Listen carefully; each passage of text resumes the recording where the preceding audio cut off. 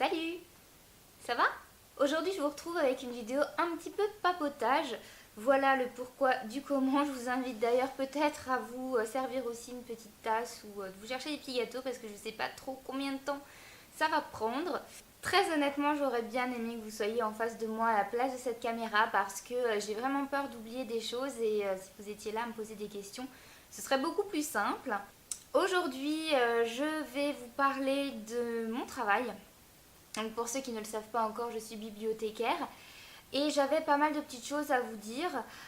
Déjà pour vous expliquer un petit peu pourquoi j'étais assez peu présente ces dernières semaines. Alors c'est vrai que sur YouTube ça ne s'est pas trop fait sentir, j'ai juste zappé une vidéo un vendredi. Sinon j'ai vraiment privilégié les vidéos, donc je pense que vous en êtes pas trop rendu compte. Par contre pour ceux qui sont sur le blog et qui lisent mes articles, je pense que vous vous êtes rendu compte qu'en mars et début avril, il y a eu très peu d'avis écrits. En fait, il n'y en a pas eu pendant au moins 3 semaines. Si toi qui regardes cette vidéo, tu ne connais pas mon blog, je t'invite à aller voir parce que ça y est, il est de nouveau à jour. Et il y a aussi des trucs super cool là-bas. Donc je disais, il s'est passé pas mal de choses et du coup, j'ai eu beaucoup moins de temps pour m'occuper donc du blog et de la chaîne. Je sais que je n'ai pas à me justifier envers qui que ce soit, mais déjà, d'une part, j'avais envie de vous en parler et en plus, je sais que ça peut en intéresser certains. Puisque comme je le disais, c'est en rapport avec mon métier de bibliothécaire et vous êtes assez nombreux à être assez intéressés par rapport à tout ça, puisque j'ai très souvent plein de questions. D'ailleurs, j'ai déjà fait 2 vidéos au sujet de mon métier, enfin, c'est-à-dire j'ai fait une première vidéo où je vous parlais des études que j'ai faites pour devenir bibliothécaire et j'ai fait également une seconde vidéo où je vous expliquais un peu mon métier, je répondais à vos questions. Je vous mettrai le lien vers ces 2 vidéos en barre d'infos si vous ne les avez pas encore vues et que ça peut vous intéresser. Et du coup, dans ces 2 vidéos-là, qui datent un peu maintenant, je vous expliquais que j'étais en CDD et que j'effectuais des remplacements, puisqu'évidemment, quand on a fini ses études, on n'a pas forcément un CDI tout cuit qui attend au bout et il faut un petit peu se forger son expérience. Et donc, j'ai enchaîné pas mal de remplacements. Et les choses ont changé et je m'étais dit que ça pourrait être pas mal de faire une petite mise à jour, une petite update, surtout qu'il y a eu des choses un petit peu différentes, des choses qui n'arrivent pas forcément à tout le monde dans le métier de bibliothécaire, même si j'ai pas envie d'enjoliver le truc. Mais voilà, je me suis dit que ça pouvait intéresser certains d'entre vous. Donc si ça ne vous intéresse pas, libre à vous d'arrêter cette vidéo et de revenir me retrouver la semaine prochaine sur ma chaîne. Par contre, je vous invite très fortement à aller voir à la fin de la vidéo puisqu'il y a une autre petite chose qui peut-être pourra vous intéresser. Alors pour faire un petit récapitulatif, j'ai fini mes études de bibliothécaire en juin 2010 et j'ai eu la chance de trouver assez rapidement du travail et j'ai eu la chance de ne pas avoir de période de chômage trop longue. Donc j'ai fait des remplacements, comme je le disais, c'est vraiment très efficace pour se faire de l'expérience et également pour se faire connaître parce que le monde des bibliothèques est un monde assez petit et dans chaque département tout le monde se connaît puisque tout le monde va aux mêmes formations par exemple et du coup voilà, ça permet vraiment de se faire un petit nom et de se faire connaître. C'est sûr, au bout de 2-3 ans, c'est peut-être un peu fatigant de faire des remplacements.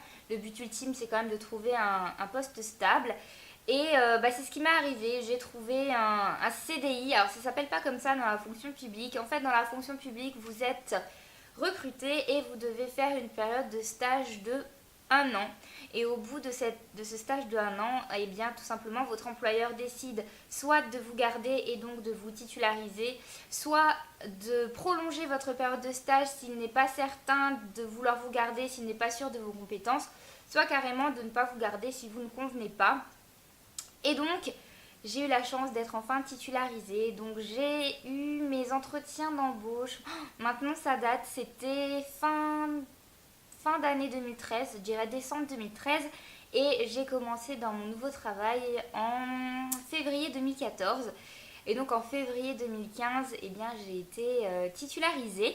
Je dois dire que ça a été vraiment un soulagement pour moi parce que voilà, il y a d'un côté c'est super, on fait des remplacements, on a une super expérience.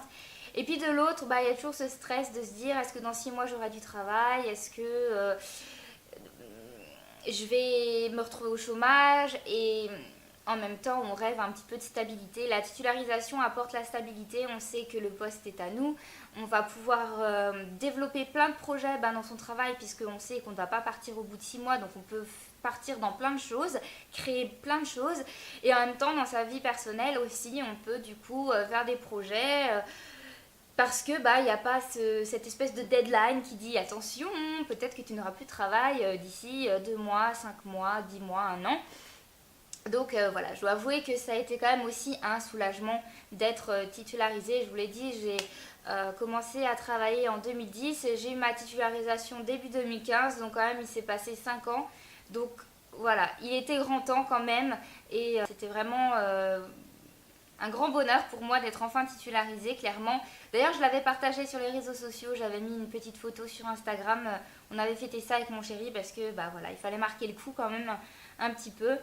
Donc voilà pour la première nouvelle, c'était pour vous dire que ça y est, j'avais un poste stable. Alors bon voilà, ça reste ma vie privée, ça vous intéresse peut-être pas forcément, mais comme jusqu'à présent je vous parlais du fait que j'étais en CDD, je trouvais important de vous dire que j'étais en CDI tout simplement parce que vous êtes assez nombreux à regarder mes vidéos et à avoir envie de travailler dans le monde des bibliothèques et tout le monde le dit, c'est un secteur assez bouché, c'est pas évident de trouver du travail.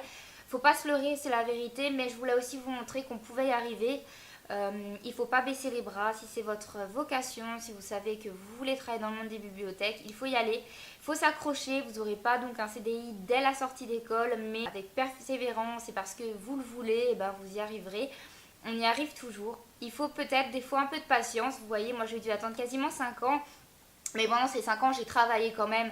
Donc voilà, c'était le petit message que je voulais faire passer. Donc la deuxième chose que je voulais vous dire, en fait c'est le pourquoi du comment. J'étais plutôt fatiguée ces derniers temps. Pourquoi j'ai pas pu m'investir comme je le fais d'habitude sur ma chaîne et sur mon blog. Tout simplement parce que c'était un gros truc qui se passait dans mon travail, donc dans mon nouveau travail. Et qui me prenait beaucoup de temps, d'énergie, et qui prenait tout mon esprit, j'ai envie de dire. Donc en fait j'étais embauchée dans une médiathèque qui n'existait pas encore et où il fallait tout créer. Donc c'est une communauté de communes qui avait pour projet de mettre en place une nouvelle médiathèque sur son secteur. Et donc j'ai été embauchée entre autres pour créer le secteur jeunesse de A à Z. Expérience assez unique, assez flippante aussi parce que du coup j'avais pas droit à l'erreur, c'était ma période de stage en plus et il fallait que j'assure entre guillemets. Ça m'était jamais arrivé et puis j'avais toujours travaillé dans des médiathèques qui fonctionnaient déjà. Je pense que ça arrive pas à tout le monde dans une carrière de faire ça, c'est pas pour la jouer ou quoi, mais du coup c'est plus pour vous dire qu'il y a eu pas mal de pression quand même et puis c'était un challenge mais que j'avais envie de relever. J'étais très heureuse de participer à ça. Et donc depuis février 2014, j'œuvre avec mes collègues pour l'ouverture de cette fameuse médiathèque. Et si ces derniers temps j'étais beaucoup moins présente pour vous, c'est tout simplement parce qu'on arrivait à la date d'ouverture. La médiathèque a ouvert officiellement ses portes le 7 avril 2015. Et donc forcément on a l'impression qu'on a du temps parce que vous voyez j'étais embauchée en février 2014. Oui, je vais y arriver. Donc du coup, ça fait plus d'1 an qu'on travaille sur ce projet. Il y en a même qui travaillaient sur ce projet avant que j'arrive. Et du coup, c'est vrai qu'on voit pas forcément le bout arriver. Puis quand il est là, c'est mon Dieu, faut mettre les bouchées doubles, il faut y aller, il faut que tout soit prêt, il faut qu'il n'y ait rien qui foire. C'est vrai que ces dernières semaines, depuis début mars, il a fallu ne pas compter ses heures et se donner à fond, ce qu'on a fait tout au long de l'année. Mais bon, voilà, il y avait cette date limite qui stressait un peu, qui mettait la pression. Et je vous avoue que ces dernières semaines, je ne pensais qu'à ça. Je suis quelqu'un qui a la chance, je pense, d'arriver à faire la part des choses entre le privé et le travail. Et c'est vrai que quand je quitte le travail, en général, je n'y pense plus du tout. Or là, je pensais à ça tout le temps, le jour, la nuit, ça m'empêchait de dormir. Et donc, clairement, ça m'a un petit peu omnubilée et c'est pour ça que j'étais beaucoup moins présente sur ma chaîne et mon blog, tout simplement parce que ça prenait toute la place, clairement. Je vais vous mettre quelques petites photos pour vous montrer un peu le secteur jeunesse. Alors, comme je le disais, j'ai pas fait que ça. Parce qu'il y avait énormément de choses à faire. Quand je suis arrivée, le bâtiment n'était même pas fini. Il n'y avait pas encore le marché mobilier, donc il n'y avait pas de mobilier. Enfin, il y avait tout à faire. Évidemment, il n'y avait aucun livre. Donc voilà, moi je me suis occupée du secteur jeunesse quand même en grande partie. J'ai acheté tous les livres. Je vous mettrai quelque part combien j'ai acheté de livres si jamais ça peut intéresser. Je vous avoue que là je le connais pas par cœur, mais il y en a un certain nombre. C'est à peu près tout ce que je voulais vous dire. C'était vraiment une très grande expérience pour moi de créer tout ça. C'est vrai que maintenant quand je déambule dans mon secteur avec les gens qui choisissent, ça me fait vraiment très très bizarre. Et je me dis que j'ai choisi le bon métier parce que je suis toujours aussi heureuse de faire ce que je fais. D'ailleurs, puisque j'ai passé plus d'1 an enfermée dans des bureaux à préparer cette ouverture, je sais plus que jamais que ce que je préfère dans mon métier, c'est le contact avec le public. Ça m'avait beaucoup manqué. Ça fait à peu près 2 semaines à l'heure où je vous filme cette vidéo que la médiathèque a ouvert ses portes. On a déjà pas mal d'inscriptions, pas mal d'usagers. Et franchement, c'est un peu la consécration, c'est un peu le truc ultime. Quoique maintenant il y a encore plein de choses à faire puisqu'il faut qu'on mette en place des animations, les accueils scolaires, les accueils de groupe, donc des crèches, des périscolaires. Enfin voilà, il y a encore énormément de choses à faire, mais voilà, il y a un gros morceau qui a été fait quand même. Et c'est très agréable de regarder maintenant en arrière et puis même surtout de regarder en avant, mais de voir tout ce qu'on a déjà accompli. Je voulais partager un petit peu ça avec vous. Pour vous montrer aussi que dans le métier de bibliothécaire, on fait mille et une choses et que c'est toujours très épanouissant. En tout cas pour moi, ça l'est complètement.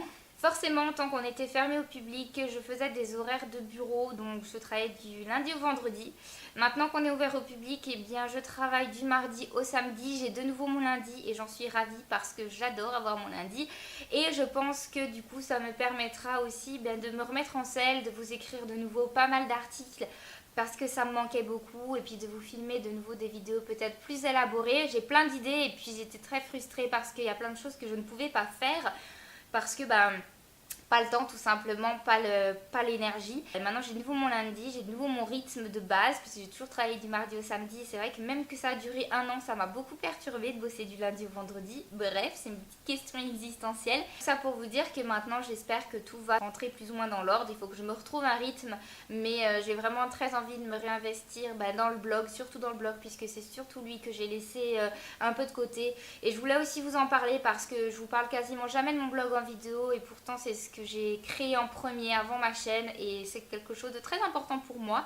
D'ailleurs cet été en août mon blog a quand même 5 ans puisque pareil je l'ai commencé l'année où j'ai commencé à travailler en bibliothèque, donc bon ça date un peu quand même. Je vais vous faire des vidéos un petit peu sympas. D'ailleurs en parlant de vidéos et puis je vais conclure comme ça cette vidéo. Ça fait beaucoup de vidéos. J'ai décidé de lancer une foire aux questions parce que ça fait un petit moment et que je me suis dit que ça pouvait être sympa. Donc n'hésitez pas sous cette vidéo à me poser toutes les questions possibles. Donc en rapport avec mon métier si jamais vous avez des questions suite à cette vidéo. Mais également des questions en rapport au livre, des questions par rapport à ma chaîne YouTube, à mon blog, des questions plus personnelles si jamais il y a des questions qui vous trottent dans la tête. Allez-y, lâchez-vous, des questions faux-folles, des questions loufoques. Ça me ferait vraiment plaisir de répondre à toutes vos questions et de rigoler un bon coup en filmant tout ça. Vous pourrez également me poser toutes vos questions sur les réseaux sociaux, sur Facebook, Twitter et Instagram où je suis très très présente. Je crois que j'ai fait le tour. Et j'espère que cette vidéo n'a pas été trop longue, ma foi, voilà. Il fallait le temps de vous raconter tout ça, c'était important. Je vous fais plein de gros bisous et je vous dis à une prochaine pour une nouvelle vidéo. Bye bye!